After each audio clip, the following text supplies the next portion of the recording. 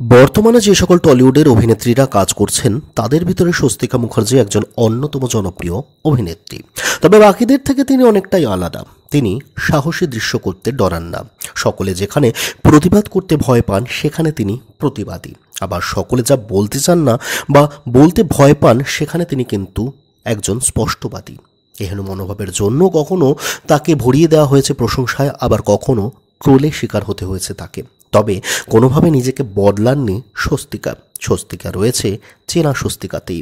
পোশাক আশাক মন্তব্যের সাথে সাথে স্বস্তিকার আরও একটা জিনিস আছে যেটা কিন্তু সদা চর্চার কেন্দ্রবিন্দুতে থাকে। সেটা হলো স্বস্তিকার ব্যক্তিগত জীবন। সম্প্রতি তার আসন্ন ফিল্মের প্রমোশনের সময় নিজের ব্যক্তিগত জীবন প্রসঙ্গে স্বস্তিকা অকপট।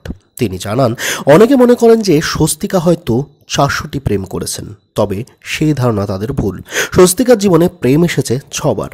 আর স্বস্তিকার জীবনে আসা 6জন ব্যক্তি কিন্তু সমাজের অতি পরিচিত মুখ। চলুন জেনে নিই এই ভিডিওতে কারা সেই 6 ব্যক্তি যাদের সঙ্গে সম্পর্কে ছিলেন স্বস্তিকা। অভিনেত্রীর বিয়ে খুব অল্প বয়সেই হয়েছিল সঙ্গীত শিল্পী প্রমিত সেনের সঙ্গে, কিন্তু সংসার টেকেনি প্রমিত ও স্বস্তিকার বেশি দিন। 2000 সালেই তারা আলাদা হয়ে যান, যদিও তাদের আইনি বিচ্ছেদ এখনও হয়নি, সেটা মামলা চলছে কোর্টে। পরবর্তীতে সুপারস্টার জিতের সঙ্গে চুটিয়ে প্রেম করেছেন স্বস্তিকা, এমনটাও শোনা যায়। তাদের অনস্ক্রিন এবং অফ স্ক্রিনের রসায়ন কিন্তু বেশ পছন্দ ছিল দর্শকদের। এমনকি অনেকেই মনে করতেন যে তারা হয়তো বিয়েও করবেন, তবে সেই সম্পর্ক টেকেনি স্বস্তিকার। জিতের সঙ্গে ব্যর্থ প্রেমের পর স্বস্তিকার নাম জড়ায় পরমব্রত এবং পরিচালক সৃজিতের সাথে। পরবর্তীকালে তিনি প্রেম করেন পরিচালক সুমন মুখোপাধ্যায়ের সঙ্গেও। সুমন মুখোপাধ্যায়ের সঙ্গে তার সম্পর্কের কথা কে না জানে।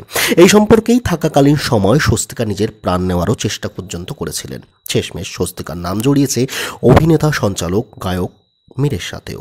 তবে অনেকেরই মধ্যে একটা ধারণা আছে যে স্বস্তিকা ব্যক্তিগত জীবনে সম্পর্কে জড়ান কেবলমাত্র কাজের স্বার্থে।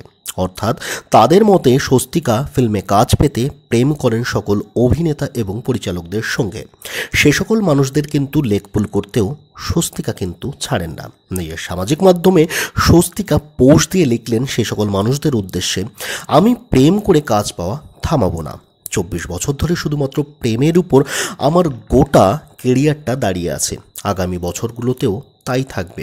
এই সিদ্ধান্ত নিলাম, প্রেম দীর্ঘজীবী হোক।